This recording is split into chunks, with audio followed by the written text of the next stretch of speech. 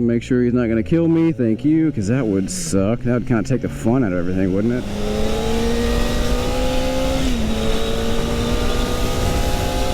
What is up, boys and girls, or most likely just dudes? Today's video, we're gonna talk to you guys about how to kind of set up and kind of just an overall kind of tour of the gauge cluster and the instruments on the new ZX-4RR. But first, before we get into that, because we're gonna head back to the garage to do that, I need to test something out because I noticed the other day, right at about like 90 miles an hour, I heard this really weird, like crazy, like it sounded like flapping. What the fuck was that? And I noticed when I got off, my helmet had one of its cheek pads was kind of out almost, and I don't know if that was causing the flap because a little plastic like piece that inserts into the helmet was out. So I don't know if that's what was causing it, but I just want to double check because I fixed it, and if that's what was causing the problem, then cool. But if not, then I need to figure out why the bike was having like a really loud buzzing noise. So we're gonna test that out, then we'll head back to the garage. Here we go.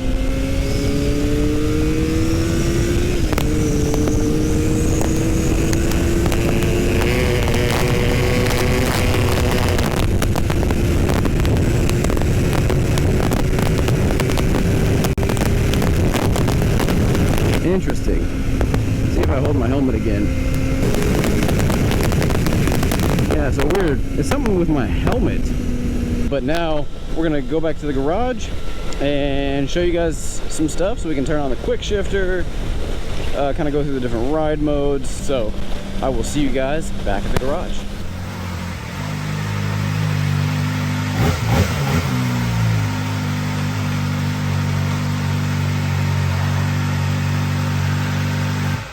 Alright guys, now that we're back in the garage, we're going to go ahead and show you just a brief overview of like the outside of the bike, and then we'll actually focus on the instrument cluster and kind of how to change settings and all that good stuff. Real quick, if you guys are interested in cars and off-roaders, make sure to check out my main channel. I'll leave a link right up here. And don't forget to use the link in the description if you guys want to get 2 free accessories when you buy an Insta360 X3 so you can make some cool videos. But now, back to the bike. All right, starting off at the front, obviously you've got your full LED lights, which is really awesome. It looks really cool during the day. Obviously right above that, you've got your ram air intake, which is how this thing quoted will do 80 horsepower with the ram air effect. But as we've talked about, if you've seen some of my previous videos, this thing has been detuned, not this particular bike, just the bike in general, gross. Then coming down, obviously, you can see there's ABS, which this bike comes with. There is no way to get this bike without it at the moment of me making this video. There's only one version of this bike, the RR, which basically comes with every single thing on it. And obviously you got your brake rotors, which I'll put the size up on the screen. And moving slightly around and down, you guys can see the 4 header pipes, because obviously this is an inline-4 motorcycle. You got your integrated turn signals, which for me, I really like, as opposed to say something like an R7 that has the kind of antenna style stuck on look. And then coming up, obviously we've got your mirrors, your windscreen. Coming down to the side, again, this design currently is the only way you can get this bike. You can see ZX-4RR. So you can only get it in basically the KRT racing green and black. Another little cool thing that I never noticed until I saw the bike in person, but is these cool side vents that you get on the side. It's on both sides, but I just never noticed it until I saw it in person. So that's pretty cool looking thing. It looks super sick. And making our way back, obviously we got our shifter with the quick shifter installed. Again, it's how the bike comes. Foot peg, obviously we got your passenger foot peg here. So, you know, if you want to have a passenger, you can. If not, it's these bolts right here, and then it comes right off on this side. On the other side is connected to the exhaust. And you got your helmet lock right here. Coming around, you've got your seat lock for the rear seat, so you know you get a little bit of storage in there to put your wallet or insurance, whatever you want to put in there, or just to remove it so you can put a cap on there, whatever you want to do. Now, obviously, one of the biggest things about this bike is the suspension is one of those things where it's not so much a beginner bike, because it's got preload adjustability as well as compression and rebound adjustability. Really, that's gonna matter a lot more to guys who are, you know, going to different racetracks and racing on different surfaces so they can dial in the bike to that specific track. If you're riding it on the street, most likely you're not gonna mess with these, but if you do start to get into suspension and kind of knowing what it does, because you don't want to start just goofing off with it if you have no idea what it does. It just means that you can kind of tune the bike a little bit more to your style of riding, track that you're going to be on, so that's pretty sweet. And making our way back to the tire. Again, for a beginner bike, this has a relatively wide tire. If you compare it to say like a Ninja 300 or Ninja 400, this is 160 rear tire. So again, just a little bit wider than your stereotypical beginner bike setup. And obviously we've got the rear fender right here with your brake light. Now, obviously most bikes in the States come with these awful looking fenders. First thing you should probably do is get a fender eliminator kit, just kind of tidy it up, bring it a little bit closer. The stock exhaust, which again, like most bikes, is a big, heavy piece of thing that muffles the sound, you know, just as you would expect. Again, as you guys can see here, so this particular peg is connected to the exhaust right here. So if you want to remove these, you're gonna have to, with the stock exhaust, you're gonna have to figure out how to do that. As you guys can see, I have my Insta360 mounted right here. So, you know, professional setup with zip ties and whatnot. And your rear brake, oil dipstick. Down here is your oil level. And again, like I mentioned, the vents on the side. Fuel tank, which, you know, standard fuel tank. All right, real quick, just to go over some of the controls. Obviously, we got your adjustable preload show of forks up front, and obviously throttle, front brake, your starter, your select button, which is going to be used to kind of interact with the display. Obviously, your ignition, you know, on, and then you can push it down and lock it. And on this side, we've got obviously clutch, low beam and high beam, blinkers, your horn, a hazard light, and then obviously on this side, you've got your pass light, which basically just flashes the high beams. Your lap function, which again, this is also going to be used in conjunction with the select feature to mess with the display itself. Now we're going to go ahead, turn the ignition on, get that screen going. All right, brief overview. So gear indicator, what mode you're riding in, RPM gauge, fuel gauge, your odometer, and then just various information, the time, which is wrong, so we're gonna change that, and your speed. So there's a bunch of different ways you can kind of change things and do things. First thing I wanna show you guys is how to activate or turn on the quick shifter, because the bike has it, but it isn't turned on from the factory. You have to actually turn it on.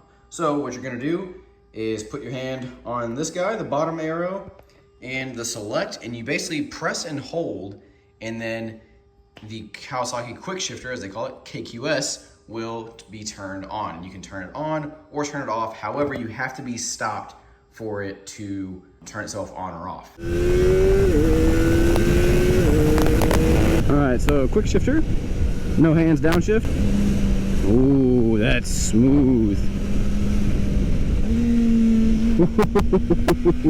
All right, next thing I'm gonna show you guys is how to change the rider mode. So in sport mode, you get full power, and traction control is on its lowest setting. It's not off, but it's on its lowest setting. So there's 3 different settings of traction control, 3 being the most aggressive and the most that will cut in and intervene, 2 being intermediate, 1 being the lowest and least restrictive traction control, which is in sport mode.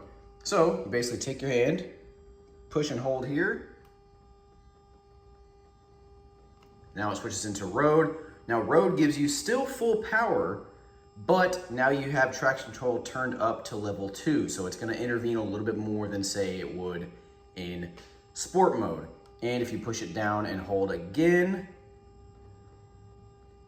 puts you in rain mode, which basically will give you low power, and traction control is now at its highest setting of sensitivity. So it will intervene way more often, and you also, again, don't get full power. Now, rider mode, as you guys can see, when you put it in rider mode, this is basically your customizable mode. So you can choose your power level and your KTRC, which is the Kawasaki traction control setting. So again, 1 is the least restrictive, least amount it's going to intervene. 2 is in the middle, and 3 is the most restrictive and the most it's going to intervene. So when you're in rider, you're basically gonna click select.